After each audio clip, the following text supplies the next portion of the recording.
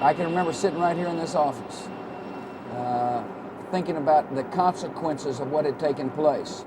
And I didn't need any legal briefs. I didn't need any consultations. I knew we were at war. On Air Force One, the president told us a story he has never told before on television, his story of the week we went to war. USA! USA! There was a lot of bloodlust. People were pointing their big old hands at me saying, "Don't you ever forget this, Mr. President. Don't let us down." We asked the president about his controversial flight across the country in the first hours after the attack. Air Force One got two F-16s at about your 10 o'clock position. And with extraordinary access to Air Force One, we found there is more to that story than the public ever knew. The military operator came back to me and in a voice that to me sounded very shaken said, "Ma'am, I'm sorry, we can't reach Air Force One." In pictures, many never seen before, we get a sense of what it was like behind the scenes while Washington was under attack. And those closest to Mr. Bush remember the moments that changed the nation. As we watched the buildings fall, you know, it was just an unbelievable sight. In the first few hours, I think the thing that was on everybody's mind was how many more planes are coming. The president told us about how he decided to gamble on a new kind of war, and about his heartbreak, even now, for those who were lost. I still get emotional thinking about it because it was a tough time. You know, and it was a tough time for all of us because we were very emotional, and I was emotional at times. I felt the same now as I did then, which was sad. At the White House, we asked the president whether Americans are safe at home and about the hunt for Osama bin Laden. After a year, we still don't have Osama bin Laden. How do you know that? I'm Dan Rather. I'm Bob Simon. I'm Charlie Rose. I'm Vicki Mabry. I'm Scott Pelley. The President's Story, tonight on 60 Minutes 2.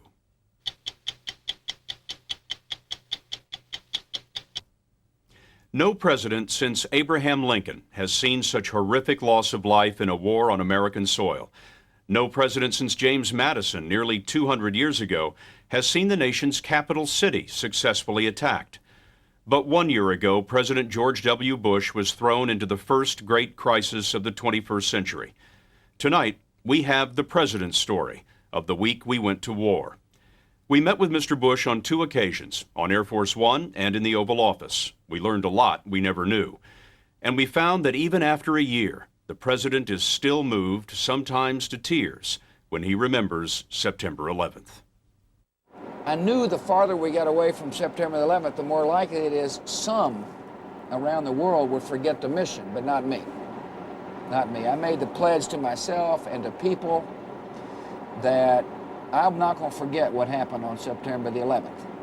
So long as I'm the president, we will pursue the killers and bring them to justice. We owe that to those who've lost their lives. The memories come back sharp and clear on Air Force One. We joined the president on board the plane on a recent trip cross-country. We wanted to talk to him here because this is where he spent the first hours after the attack. You know, Mr. President, it occurred to me that not since Lyndon Johnson was sworn in on Air Force One has the airplane been so central to America in a crisis. That's interesting. I hadn't thought of that, but it was certainly a focal point, and it was a place where decisions were being made and doctrine was being set. It was a flight into war after a day that had started with the usual routine. Just warming up. Come on, Stretch. Come on.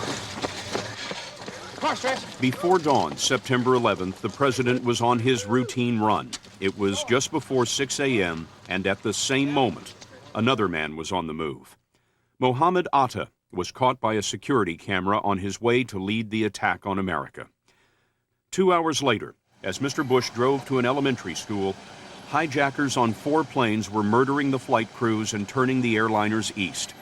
As the motorcade pulled up at 8:45, jet engines echoed in Manhattan. Atta plunged the 767 jumbo jet into World Trade Center Tower 1. We have something that has happened here at the World Trade Center. My heavens, this has just happened within several minutes. I thought it was an accident. I thought it was a pilot error. I thought that some foolish soul had gotten lost and made a terrible mistake. Jamie. Mr. Bush was told about the first plane just before sitting down with a class of second graders. He was watching a reading drill as horror unfolded above Manhattan. Just after 9, United Flight 175 exploded into the second tower. Oh my God, another plane has just hit another building. Flew right into the middle of it.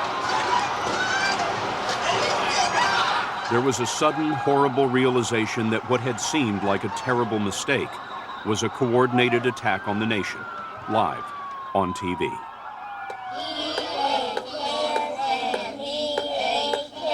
Back in the Florida classroom, Press Secretary Ari Fleischer got the news on his pager. The president's chief of staff, Andy Card, stepped in. What did you say? A second plane hit the second tower. America is under attack. But when you said those words and stepped back and you looked in his face, what did you see? I saw him coming to recognition of what I had said. I think he understood that he was going to have to take command as commander-in-chief, not just as president. What is going through your mind when that news hits you? That we're at war, and that somebody has dared attack us, and we're going to do something about it. I was trying to, obviously, at that moment, I realized I was in a unique setting to receive a message that somebody had attacked us. And I was looking at these little children, and all of a sudden we're at war. I can remember noticing the press pool and the press corps beginning to get the calls and seeing the look on their face. And I mean, it became evident that we were, you know, that the world had changed. Mr. President, are you aware of the reports of the plane crash in New York? And is there anything talk about that? Mr. Bush walked into a classroom set up with a secure phone. He called the vice president, pulling the phone cord tight as he spun to see the attack on TV. Then he grabbed a legal pad and quickly wrote his first words to the nation. Ladies and gentlemen, this is a difficult moment for America. Today we've had a national tragedy. It was 9:30. As he spoke, Mr. Bush did not know that 2 more hijacked jets were streaking toward Washington.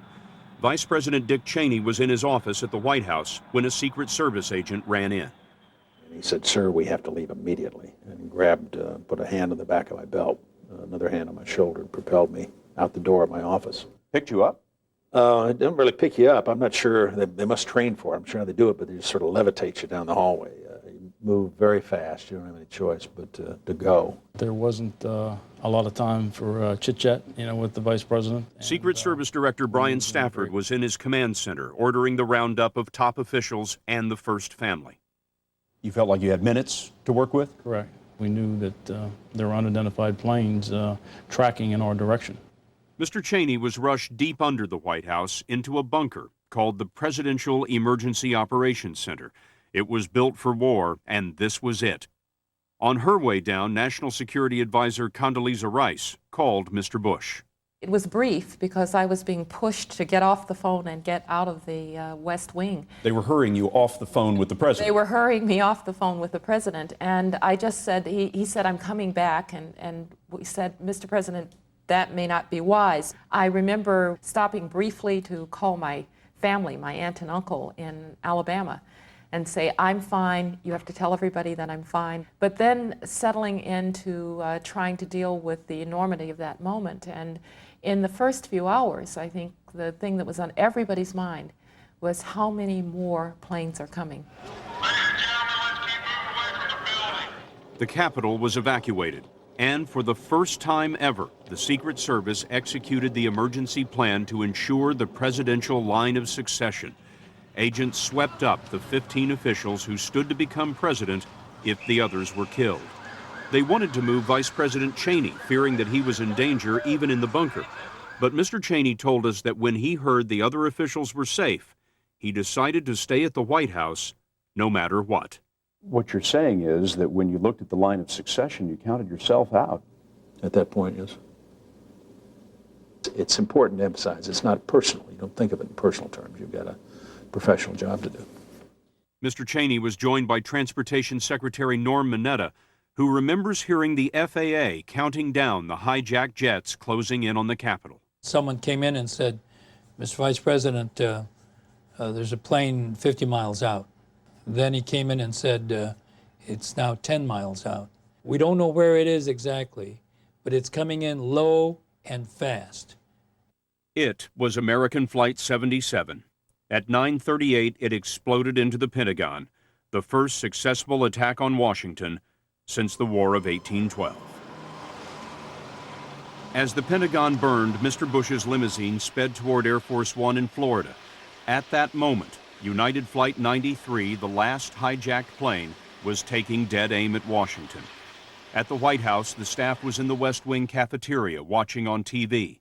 Press Secretary Jennifer Miller-Wise was in the crowd when the order came to evacuate. And I no sooner walked outside when someone from Secret Service yelled, you know, women, drop your heels and run, drop your heels and run. And suddenly the gates that never open except for authorized vehicles just opened and the whole White House just flooded out. In Florida, as Mr. Bush boarded Air Force One, he was overheard telling a Secret Service agent, "Be sure to get the First Lady and my daughters protected." At 9:57, Air Force One thundered down the runway, blasting smoke and dust in a full-thrust takeoff.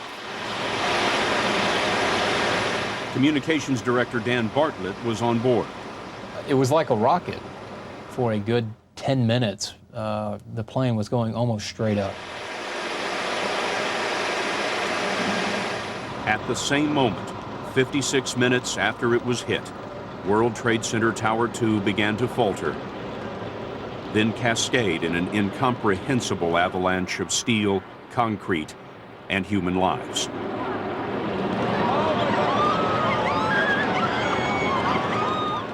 Someone said to me, look at that. I remember that, look at that.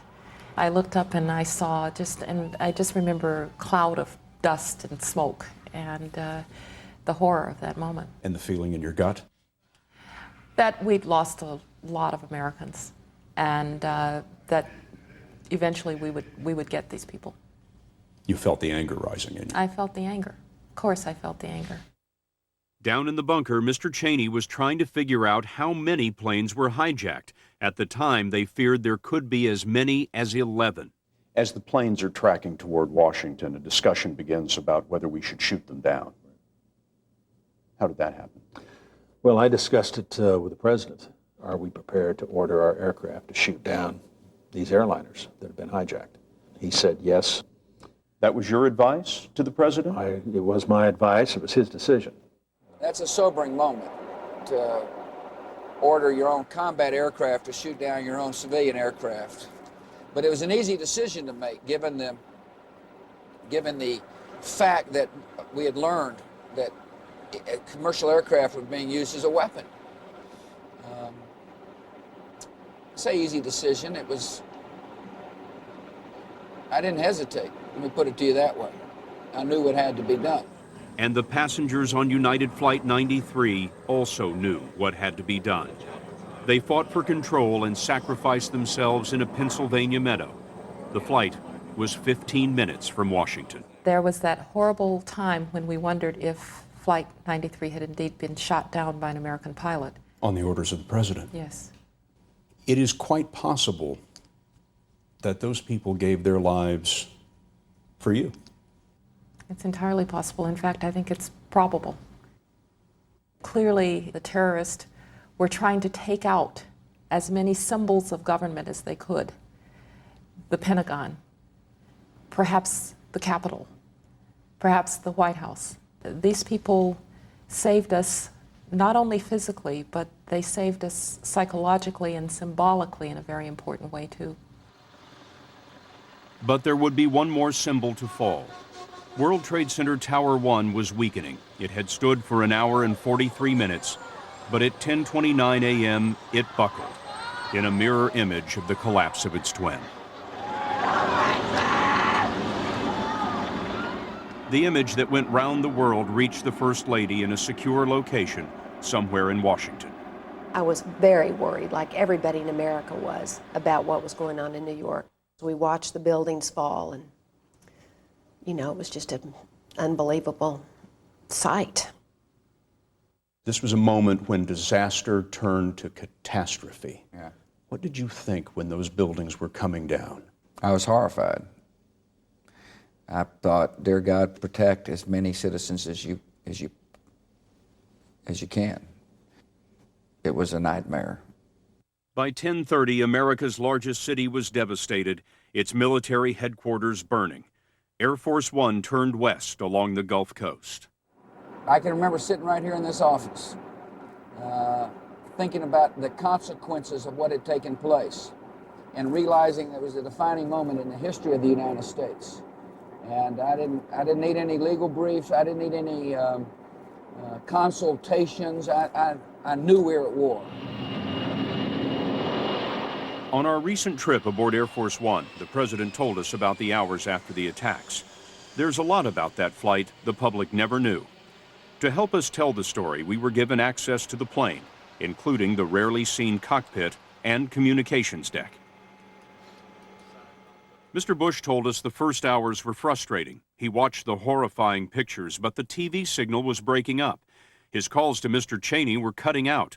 The president says he pounded his desk, shouting, "This is inexcusable.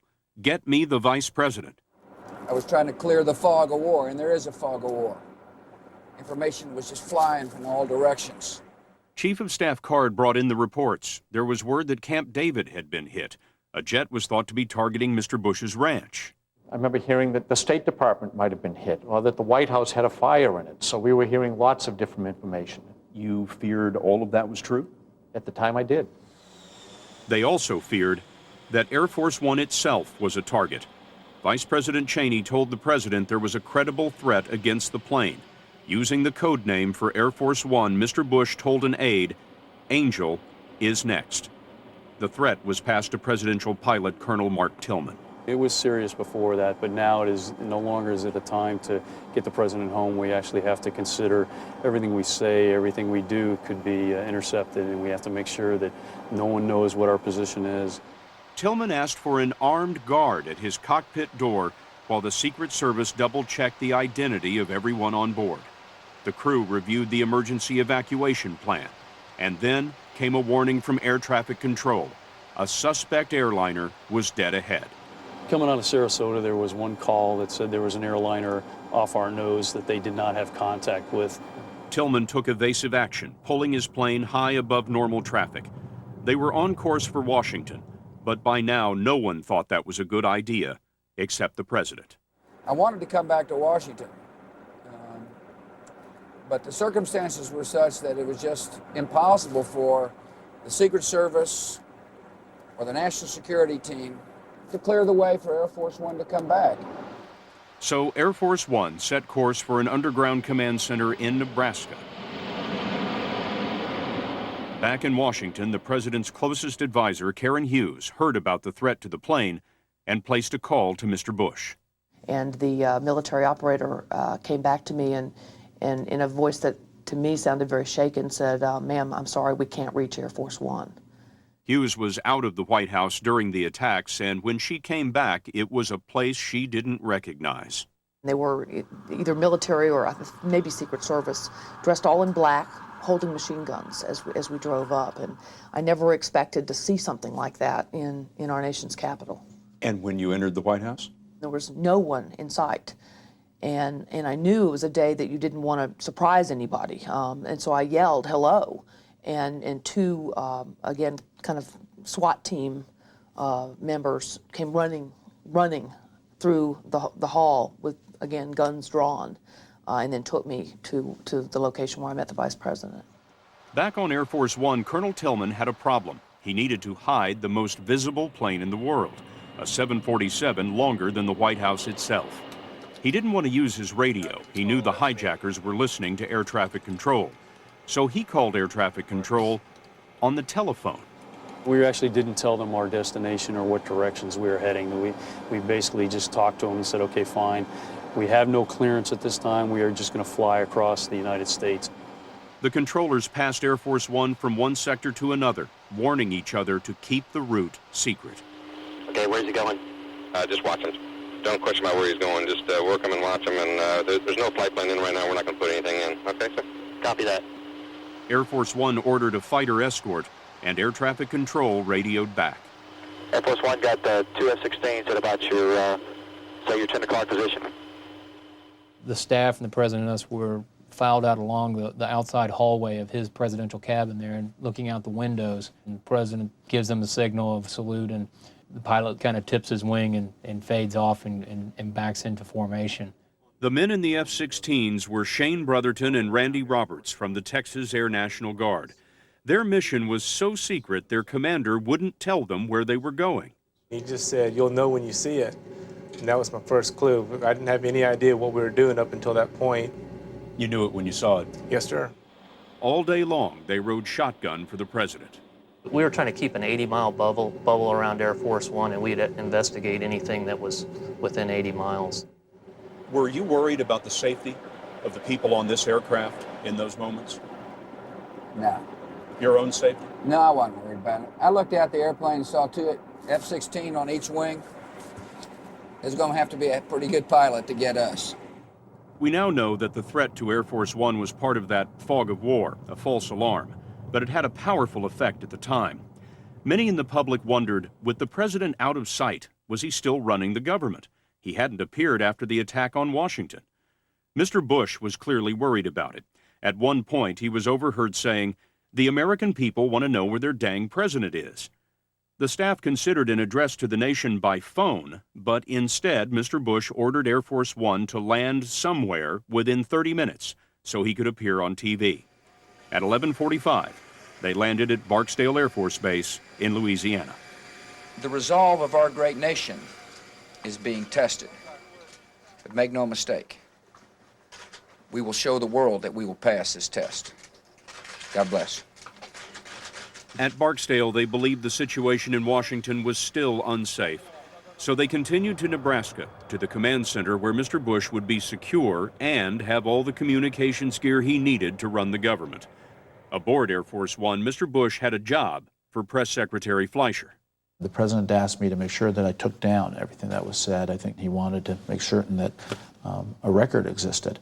Fleischer's notes capture Mr. Bush's language plain and unguarded. To the vice president, he said, "We're at war, Dick. We're going to find out who did this and kick their ass."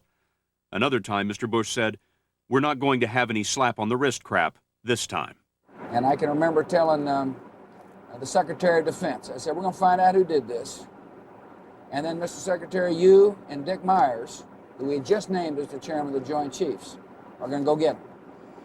By 3 o'clock Eastern, Air Force One touched down at Offutt Air Force Base in Nebraska. Mr. Bush and his team were herded into a small brick hut that gave no hint of what they would find below. When they reached the bottom of the stairs, this is what they saw. This is the U.S. Strategic Command Underground Command Center. It was built to transmit a president's order to go to nuclear war. But when Mr. Bush walked in, the battle staff was watching the skies over the United States. Many airplanes had still not landed. After a short briefing, Mr. Bush and Chief of Staff Card were taken to a teleconference center which connected them to the White House, the Pentagon, the FBI, and the CIA. Mr. Bush had a question for his CIA director, George Tenet. George Tenet was just asked, who do you think did this to us? He said, "Sir, I believe it's Al-Qaeda. We're doing the assessment, but it looks like, it feels like, it smells like Al-Qaeda." The evidence would build. We talked to FBI Director Robert Mueller about an essential clue that came from one of the hijacked planes before it crashed. There was a flight attendant, Amy Sweeney, who had the presence of mind to call her office as the plane is hijacked and give them the seat numbers of the hijackers. What did that do for you? That was the first piece of hard evidence. We could then go to the manifest, find out who was sitting in those seats, and immediately conduct an investigation of those individuals, as opposed to taking all of the passengers on the plane and going through a process of elimination. In Nebraska, the White House staff was preparing for an address to the nation from the Air Force bunker. But by then, the president had had enough. He decided to come back. At one point, he said he didn't want a tin-horn terrorist keeping him out of Washington. Come on, he really said, I don't want a tin-horn terrorist to keep me out of Washington? That's verbatim. On board, he was already thinking of issuing an ultimatum to the world. When was it, Mr. President, that you made this decision to go after not just the terrorists, but those who harbored them? Right here on Air Force One. I had time to think. And a couple of thoughts emerged. One was that you're guilty if you harbor a terrorist, because I knew these terrorists, like Al-Qaeda, like to prey on weak government, weak people. The other thought that came was the opportunity to fashion a vast coalition of countries that would either be with us or with the terrorists. Even in those early hours on Air Force One, you were looking out on a world that was suddenly pretty black and white to you. That's right. I felt that way. As Air Force One sped east, the last casualty of the attack on America collapsed. World Trade Center number 7, 47 stories in the street.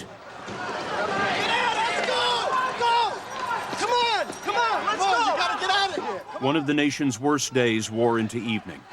At the World Trade Center, 2,801 were killed. At the Pentagon, 184.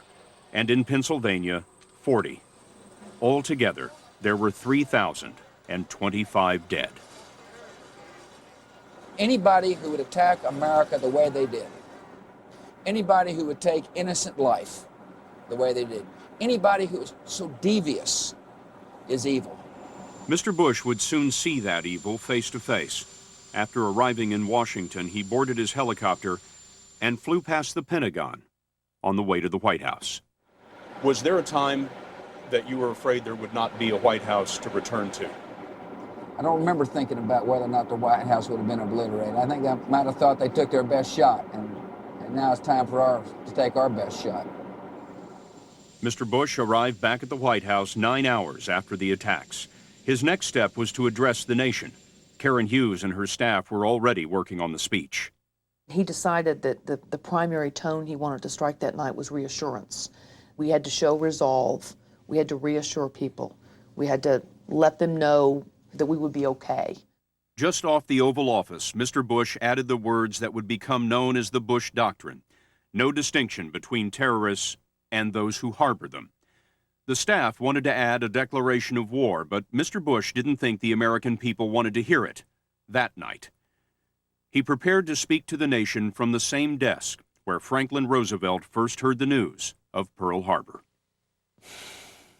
Now he was commander-in-chief. 80 million Americans were watching. Good evening. Today, our fellow citizens, our way of life, our very freedom came under attack in a series of deliberate and deadly terrorist acts. The Oval Office speech came at the end of the bloodiest day in American history since the Civil War. Mr. Bush walked to the White House residence for the night. An hour later, a Secret Service agent rushed the President and the First Lady down to the White House bunker. They were tracking an unidentified plane. It turned out to be one of ours, now protecting Washington. 60 Minutes 2 continues in a moment with Day 2 of the President's Story.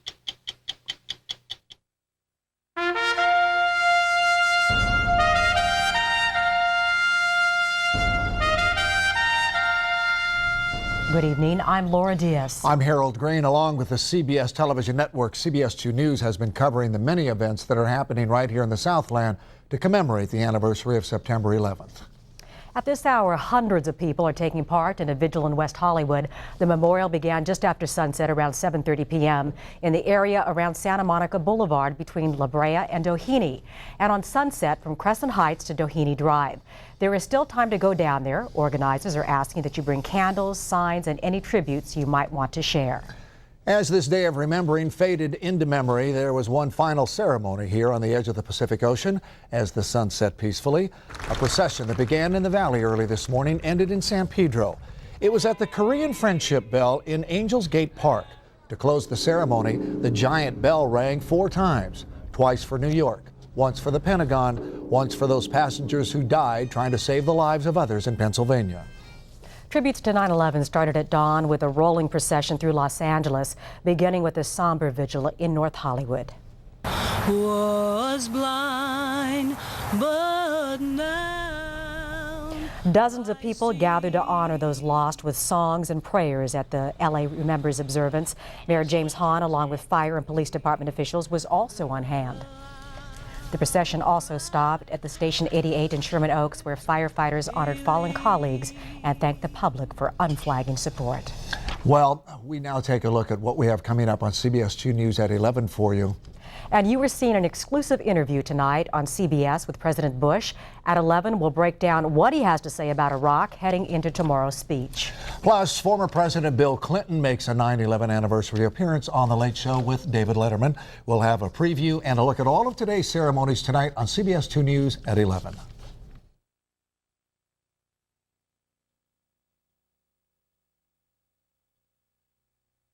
By the day after September 11th, President Bush was demanding a war plan. No one in the White House or the Pentagon could be sure of what the president would do. He'd been president for only 8 months, and he'd never been tested as commander-in-chief. You were new to the Pentagon. Do you think your generals at that point had any concern about the kind of strike you would order? That's a very interesting question. I don't know. I think they're all probably taking a step back and saying, is this guy going to lead us? I never asked them what they thought because I knew what I was going to do. I knew exactly what had to be done, Scott. And that was to set a strategy to seek justice, find out who did it, hunt them down, and bring them to justice. September 12th, in the cabinet room, the president made clear what was next.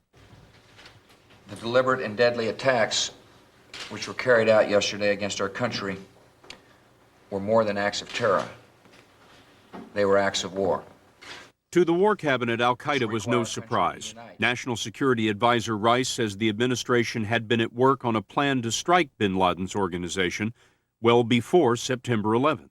The president said, you know, I'm tired of swatting at flies. I need a strategy to eliminate these guys. But in one of the worst intelligence failures ever, the CIA and FBI didn't pick up clues that an attack in the United States was imminent. Without a sense of urgency, the White House strategy the president had asked for came too late. I understand that that plan was moving along and was just about ready for presentation to the president. The president must literally have headed to the president's desk, I think, on the 10th or 11th of September. Now the War Cabinet was debating the full range of options, who to hit and how to hit them. Well, there were some at the Pentagon who worried in the early hours that you would order up an immediate cruise missile strike of the kind that never deterred bin Laden in the past. Yeah, I see what you're saying. Well, there's a lot of nervous Nellies at the Pentagon anyway. There's a lot of people like to chatter, you know, more than they should. But no, I appreciate that very much. Secretary of Defense Rumsfeld early on discussed the idea of making sure we have what's called boots on the ground. That if you're going to go to war, that you got to go to war with all your assets. What concerns did you have in the early going about the kinds of ideas that were being presented? My biggest concern was that we fight and win a guerrilla war with conventional means. It was an innovative but risky idea being proposed by CIA Director George Tenet. Tenet wanted to combine American technology and intelligence with the brute force of Afghan fighters hostile to the Taliban government. Secretary of State Colin Powell says the CIA had already developed a long relationship with the Afghan resistance. The plan was unconventional, even in the early stage of developing it. It was unconventional because it was an unconventional situation. As I like to describe it to my friends, we had on the ground a fourth world army riding horses and living in tents with some CIA and special forces with them. And we had a first world Air Force, the best in the world. How do you connect it all? That's what the president wanted to know. He gave them 48 hours to figure it out. Appreciate it. Later that afternoon, Mr. Bush went to the battlefield himself. Just the day before, he had called the Pentagon the mightiest building in the world. Now, 1/5 of it was in ruins. The wreckage of American Flight 77 was being examined by Navy investigators. And before Mr. Bush left, he made a point of speaking personally with the team recovering the remains of the first casualties of war on his watch. The next day, September 13th, Mr. Bush was driving back to the White House when there was another warning of attack that the public never heard about. Threats were coming in constantly, but this one sounded credible. A large truck bomb headed to the White House. The Secret Service wanted the president back in the bunker. The director of the Secret Service, Brian Stafford, was standing in the doorway of the Oval Office. And he basically said, Mr. President, you need to leave. There's been another threat against the White House. He wasn't real receptive to that recommendation. And he ordered a hamburger and said he was going to stay in the White House that evening, and that's what he did. That was Thursday night. The next day would be one of the longest and the most difficult for the president. Friday, September 14th. Mr. Bush started the day with a cabinet meeting, but he teared up when he walked in and was surprised by applause. He sat down and slightly overcome for a moment, but then he captured it. But the Secretary of State was worried that Mr. Bush might have trouble getting through his speech at the National Memorial Service later that morning. And I just scribbled a little note to him, and I said, Mr. President, I've learned over the years that when you're going to give a very emotional speech, watch out for certain words that will cause you to, start to tear up. And he looked at me and he smiled. And then at the next break in the conversation, he says, Secretary of State just told me not to break down at the memorial service. And that broke the tension. Everybody started laughing. I felt embarrassed.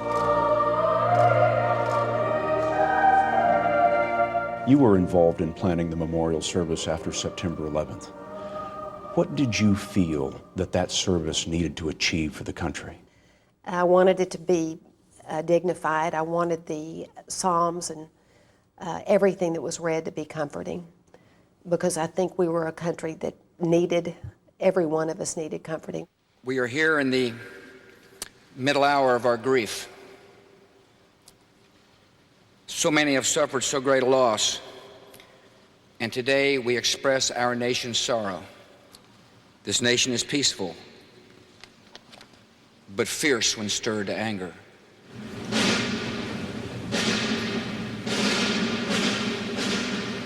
As we stood to sing the Battle Hymn of the Republic, you could feel the entire congregation, and I could certainly feel myself, stiffen, the kind of spine. And this deep sadness was being replaced by resolve.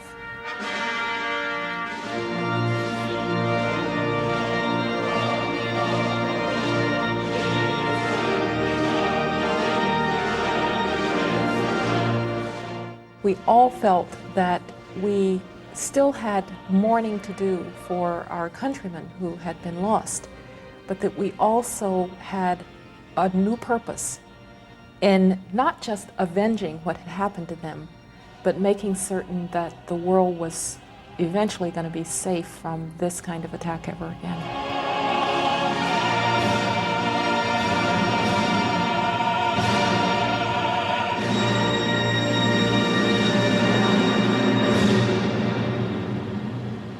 Next came Ground Zero. You had been briefed on Ground Zero. Were you prepared for what you saw when you walked up there? No, you couldn't brief me. You couldn't brief anybody on Ground Zero till you saw it. It was ghostly. It's like you're having a bad dream, and you're walking through the dream. There was tears, there was anger. These men and women reflected the mood of the country.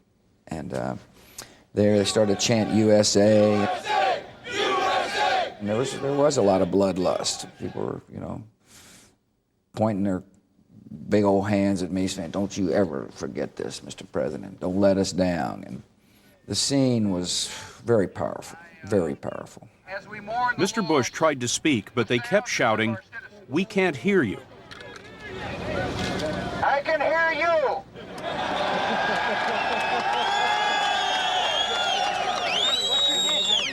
I can hear you. The rest of the world hears you. And the people who knock these buildings down will hear all of us soon.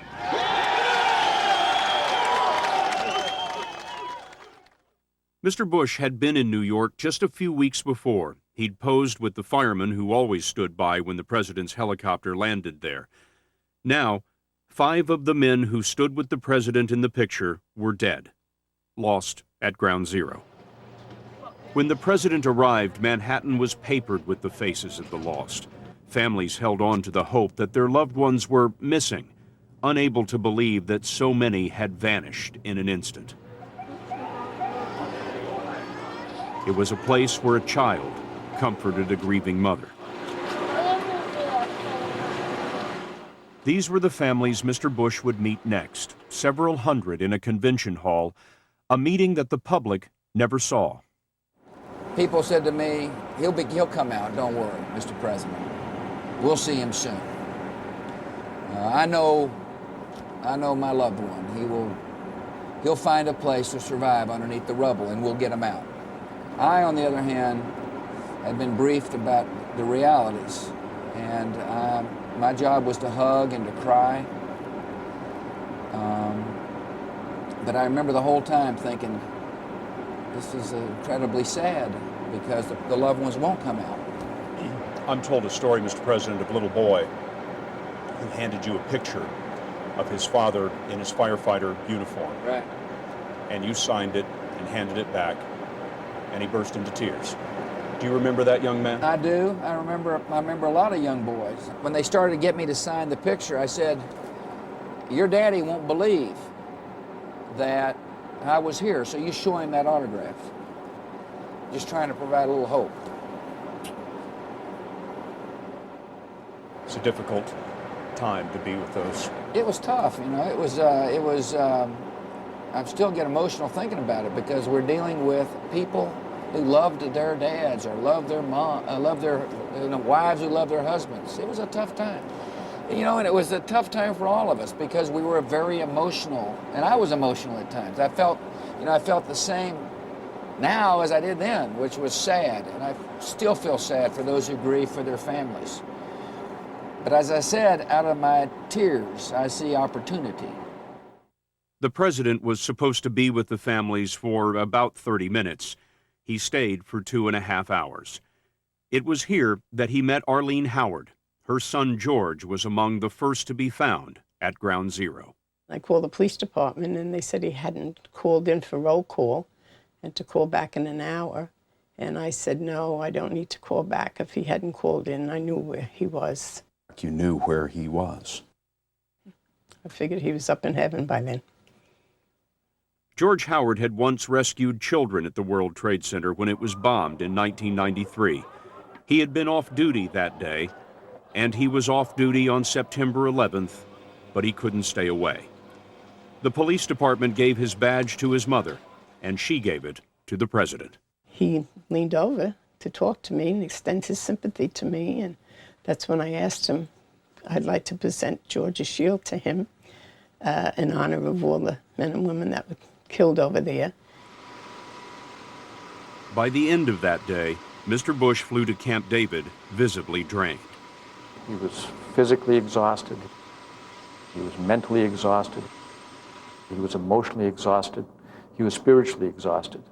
The next day, Saturday, September 15th, he gathered the members of his war cabinet at the presidential retreat for a last, decisive meeting. And from them you want what, sir? I want victory.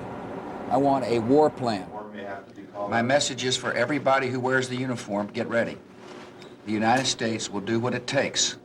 He was encouraging us to think boldly. He was listening to all ideas. He was not constrained to any one idea. He wanted to hear his advisors talk and argue and debate with each other. Scott, we've never fought a war like this. This is a different kind of war. It's unique. coalition was coming together. The Secretary of Defense put into place a full-scale military operation to hold the Taliban accountable. The CIA intelligence gathering was honing in. And so there was progress made. I was pleased with the progress. On the other hand, I wanted to start clarifying plans, and I went around the room and asked everybody what they thought ought to happen. When you left that meeting on Saturday night, you didn't tell them what you wanted to do. No, I didn't. I wanted to just think it through. This was, anytime you commit our troops to harm's way, there's a president must make sure that he fully understands all the consequences and ramifications, and I wanted to just spend some time on it alone, and did. And your last reservations that you had to clear up in your own mind were what? Could we win? I don't want to be putting our troops in there unless I'm certain we could win. And I was certain we could win. Mr. Speaker, the President of the United States. 9 days after the attack on America, before a joint session of Congress, the President committed the nation to the war on terror. Each of us will remember what happened that day and to whom it happened. We'll remember the moment the news came, where we were, and what we were doing. Some will remember an image of a fire or a story of rescue. Some will carry memories of a face and a voice gone forever. And I will carry this. It is the police shield of a man named George Howard, who died at the World Trade Center trying to save others. It was given to me by his mom, Arlene, as a proud memorial to her son. It is my reminder of lives that ended and a task that does not end.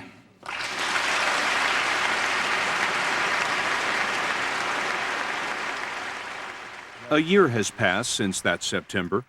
At the White House recently, the President told us his job now is to remind Americans that the nation is still at war. A war he reminds himself of every day in the Oval Office, literally keeping score, one terrorist at a time. I'm told that right in your desk you actually keep a scorecard. Actually, I have a classified document that might have some pictures on there, just to keep reminding me about who's out there, where they might be. And you check them off as they go? Well, I might put a little check on there, yeah. But there's no check by the name that must be on the top of that list. When we come back, Mr. Bush talks about the hunt for Osama bin Laden. You can log on to CBSNews.com to see a video timeline of the president's story.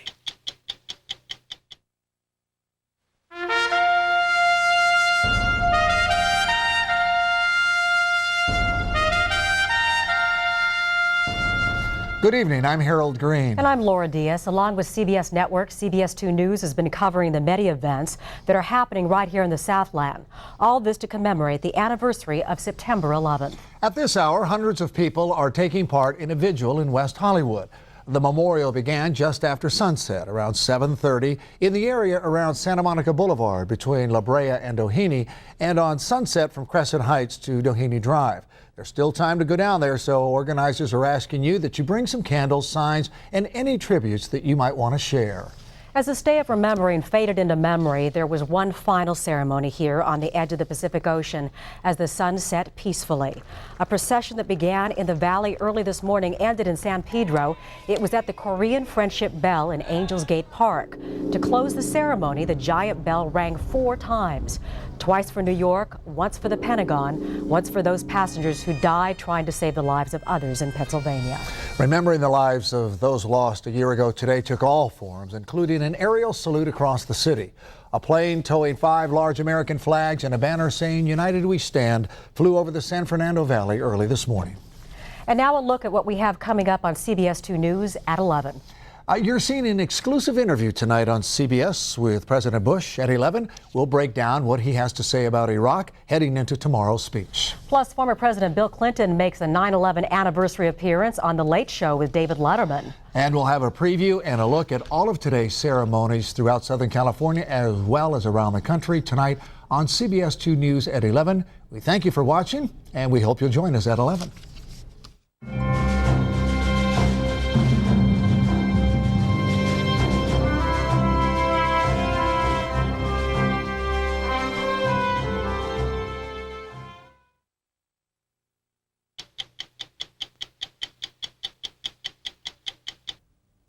A lot has happened in the year since September 11th, everything from this week's heightened terror alert to all the talk about going to war with Iraq. Last week in the Oval Office, we asked the president about what's coming next in the war on terror. You must be frustrated, maybe angry. After a year, we still don't have Osama bin Laden. How do you know that? Look, I don't know whether Osama bin Laden is dead or alive. I don't know that. He's not leading a lot of parades. And he's not nearly the hero that a lot of people thought he was. This is much bigger than one person anyway. This is, we're slowly but surely dismantling and disrupting an al-Qaeda network that hates America. And we will stay on task until we complete the task. I always knew this was a different kind of war, Scott. See, in the old days, you could measure the size and strength of the enemy by counting his tanks or his airplanes and his ships. This is an international manhunt. We're after these people one at a time. They're killers, period. But have you won the war before you find Osama bin Laden dead or alive? If he were dead, there's somebody else to replace him. And we would find that person. But slowly but surely, we will dismantle the al-Qaeda network and those who sponsor them and those who harbor them, and at the same time, hopefully lay the seeds for the conditions necessary so that people don't feel like they've got to conduct terror to achieve objectives. Do you look back on the Afghan campaign with any doubts? Certainly, we've overthrown the Taliban government. Certainly, al-Qaeda has been scattered. But some of the Taliban leaders appear to have gotten away, and there have been many civilian casualties there as well. Mm-hmm. Well, I worry, I'm sad that civilians lost their life, but I understand war.